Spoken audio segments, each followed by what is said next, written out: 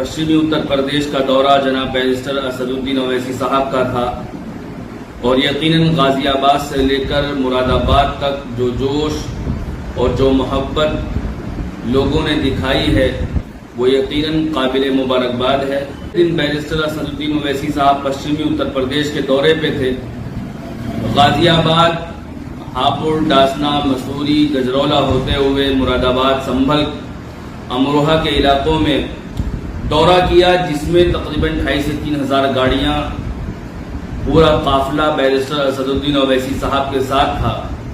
पश्चिमी उत्तर प्रदेश की सियासी हवाओं में खलबली मचाकर बैरिस्टर असदुद्दीन ओवैसी साहब गए और कल समाजवादी पार्टी का धरना प्रदर्शन भी था और बैरिस्टर असदुद्दीन ओवैसी साहब का दौरा था।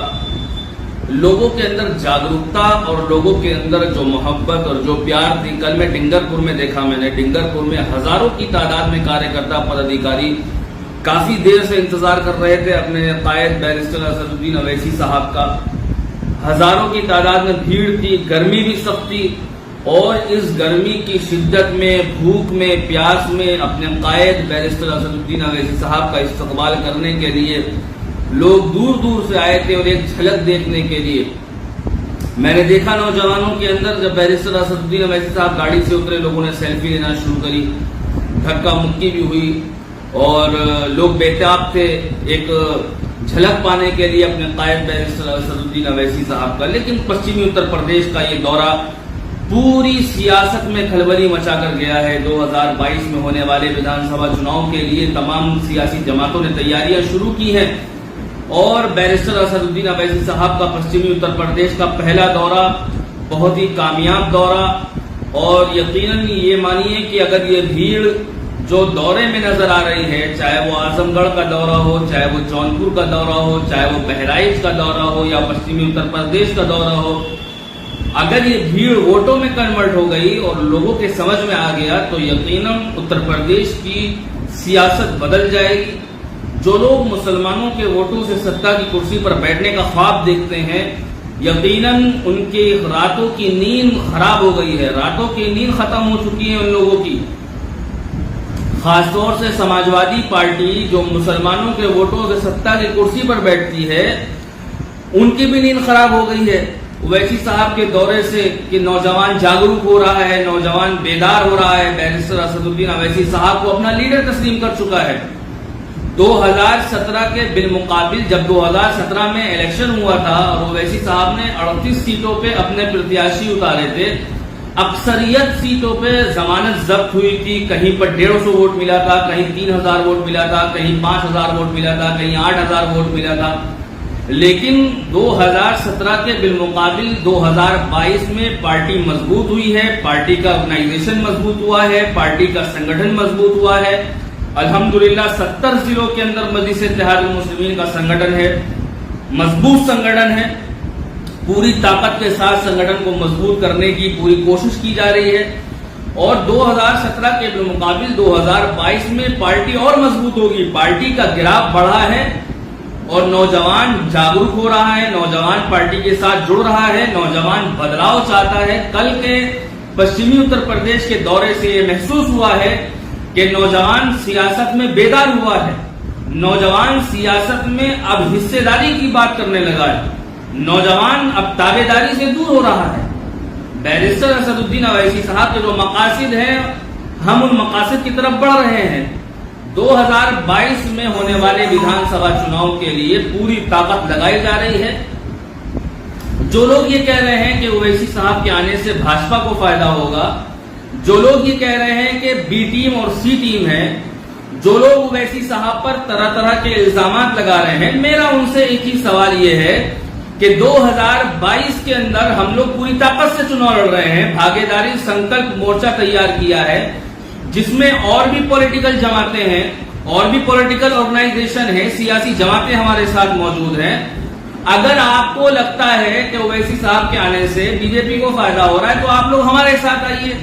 हम आप लोग को दावत दे चुके हैं और दावत दे रहे हैं, समाजवादी को भी दावत दे रहे हैं, बसपा को भी दावत दे रहे हैं कि अगर आप भाजपा को सत्ता की कुर्सी से रोकना चाहते हैं, अगर आप भाजपा को रोकना चाहते हैं तो आप हमारे साथ आइए। उत्तर प्रदेश के अंदर हम तमाम लोग मिलकर भाजपा को रोकेंगे। लेकिन मुसलमानों को सियासी अछूत समझा जा रहा है, ओवैसी साहब को सियासी अछूत समझा जा रहा है, अपने साथ लेने के लिए तैयार नहीं। कल अगर 2022 में भाजपा खुदा न खास्ता सत्ता की कुर्सी पर बैठती है तो यही समाजवादी और कांग्रेसी और बसपाई ओवैसी साहब पर और मुसलमानों पर ठीकरा फोड़ेंगे कि इन्होंने हमको हरवा दिया, मुसलमानों ने हमको वोट नहीं दिया, मुसलमान ओवैसी साहब के साथ चला गया। हम तो ये कह रहे हैं कि आप हमारे साथ आइए। हम इस चीज की दावत लगातार दे रहे हैं कि मजलिस इत्तेहादुल मुस्लिमीन को गठबंधन का हिस्सा बनाइए। नहीं बनाएंगे, हारेंगे, ओवैसी साहब पर ठीकरा फोड़ेंगे, मजलिस इत्तेहादुल मुस्लिमीन पे मुसलमानों पर ठीकरा फोड़ेंगे। समाजवादी कांग्रेस के अंदर भाजपा को हराने की ताकत नहीं है। जो लोग अखिलेश यादव को मुख्यमंत्री बनाने का ख्वाब देख रहे हैं, मेरा उनसे सवाल है कि क्या आप सिर्फ मुसलमानों के वोटों से आप सत्ता की कुर्सी पर बैठ सकते हैं? आपको पता होना चाहिए यूपी की सियासत में मुसलमानों का वोट समाजवादी, बसपा, कांग्रेस, लोकदल, अन्य दलों को जाएगा। अखिलेश यादव कैसे मुसलमानों के वोटों से सत्ता की कुर्सी पर बैठेंगे? हाँ, अगर एक महासैयार हो, एक महागठबंधन तैयार हो जिसमें ओवैसी साहब को शामिल किया जाए, जब तो आप कह सकते हैं कि यूपी की सियासत। अगर आप अकेले चुनाव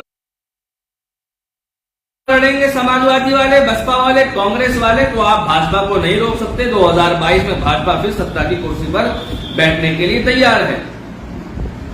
लेकिन ओवैसी साहब को सियासी अछूत समझना, मुसलमानों को सियासी अछूत समझना, 70 सालों से मुसलमानों को सियासी अछूत समझे आए।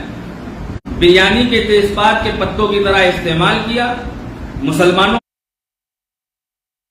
के वोटों का इस्तेहसाल किया, मुसलमानों के मिल्ली मसाइल पर खामोश रहे, मुसलमानों के बुनियादी मसाइल पर खामोश रहे।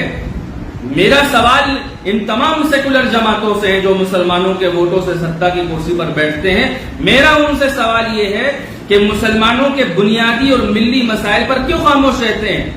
ट्रिपल तलाक पर, एनआरसी पर, बाबरी पर, दादरी पर, काले कानून पर, मॉब लिंचिंग पर इतने सारे मुद्दे हुए हैं। इन मुद्दों पर समाजवादी पार्टी का, बसपा का, कांग्रेस का क्या स्टैंड रहा? मुसलमानों के बुनियादी मसाइल पर नहीं बोलेंगे, लेकिन मुसलमानों का वोट चाहिए। मुसलमानों पर जुल्म अत्याचार होगा, नहीं बोलेंगे, लेकिन मुसलमानों का वोट चाहिए। क्यों चाहिए भाई? हमारे मसाइल को पार्लियामेंट में उठाने वाला, हमारे मसले पर बोलने वाला, हमारे हर मुद्दे पर बोलने वाला बैरिस्टर असदुद्दीन अवैसी साहब है। तो हम क्यों ना बैरिस्टर असदुद्दीन अवैसी साहब को अपना वोट दें, उनको सपोर्ट करें। आखिर कब तक मुसलमान इन सेकुलर जमातों की गुलामी करेगा? आखिर कब तक जिंदाबाद और मुर्दाबाद के नारे लगाएगा? आखिर कब तक इनके यहाँ दरिया और कुर्सियां बिछाएगा? आखिर कब तक माइक लगाने का और स्टेज सजाने का काम करेगा? आज मुसलमानों के पास अपनी सियासी जमात भी है, अपना सियासी लीडर भी है, अपना सियासी कायद भी है, लेकिन मुसलमानों को जागरूक होने की जरूरत है। यादव की अपनी जमात है, दलितों की अपनी जमात है, जाटों की अपनी जमात है, जाटवों की अपनी जमात है, ब्राह्मणों की अपनी जमात है। मुसलमानों की अपनी सियासी जमात क्यों नहीं होना चाहिए? मेरा ये सवाल है।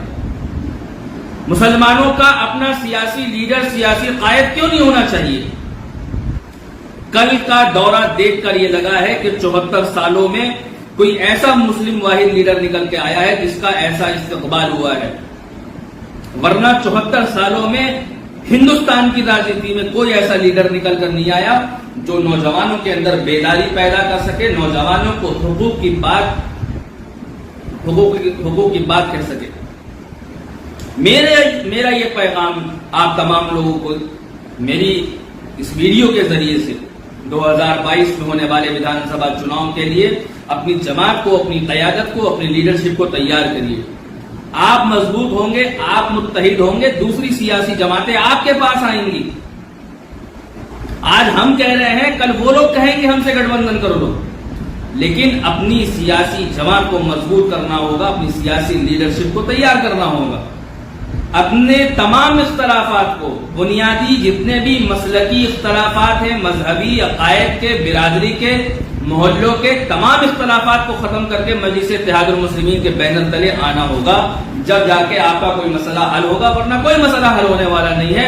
भाजपा फिर सत्ता की कुर्सी पर बैठ जाएगी और आप सिर्फ और सिर्फ समाजवादी, बसपा, कांग्रेस के जिंदाबाद और मुर्दाबाद के नारे लगाते रहिएगा, फिर कोई मसला हल होने वाला नहीं है।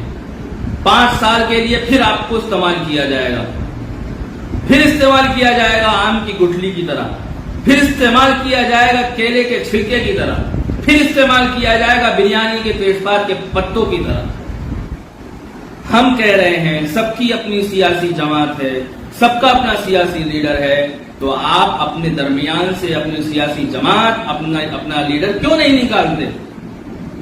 वक्त के हालात को समझिए, वक्त की नजाकत को समझिए। नहीं समझेंगे तो आपका ही नुकसान है, आपको इस्तेमाल किया जाएगा। खुदारा अपनी जमात को मजबूत करिए, अपनी लीडरशिप को तैयार करिए। 2022 में होने वाले विधानसभा चुनाव के लिए तैयार रहिए और इंशाल्लाह मजबूती के साथ इलेक्शन लड़ने जा रहे हैं। और पूरी उम्मीद है उत्तर प्रदेश की आवाम से कि अब की बार